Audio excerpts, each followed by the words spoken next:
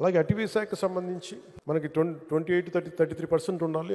అటవీ పర్సంటేజ్ అంటే చంద్రబాబు గారు ఇచ్చిన మా అందరికీ డైరెక్టివ్ ఏమి ఇచ్చారంటే ఇది 50% పెరగాలి. ఆంధ్రప్రదేశ్లో 50% మొత్తం మీ పచ్చదనమే ఉండాలి అని దాన్ని స్ఫూర్తిగా తీసుకుని 6,000 ఎకరాల్లో దాదాపు 22 లక్షల మొక్కలు నాటడం జరిగింది మన ఈ మధ్యనే. అలాగే రోడ్ సైడ్ గ్రీనరీ ఇంప్రూవ్ చేసే ప్రయత్నంగా ఇప్పటి వరకు 14 కిలోమీటర్ల పొడవున కొన్ని 5,800 మొక్కలు నాటారు. అలాగే పెరుగుతున్న వైల్డ్ లైఫ్ సమస్యలు, ముఖ్యంగా elephant and man animal conflicts ఉంటాయి, మీ అందరికీ తెలుసు. మన చిత్తూరులో చూసాం, అలాగే మనకి విజయనగరం, మన పార్వతీపురం, పాతపట్నంలో చూస్తూ ఉన్నాం.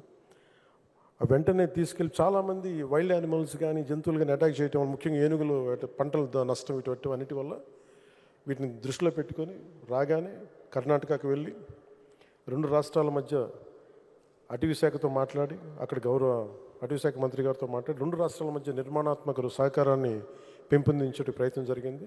అలాగే వాళ్ళు అక్కడ కుంకి ఎలిఫెంట్స్ని తీసుకొచ్చి మన ఎలిఫెంట్స్కి అవసరమైన ట్రైనింగ్ అండ్ నాలెడ్జ్ మావటిలకి ఇచ్చేయడానికి ఒప్పందం కుదుర్చుకోబోతున్నాం.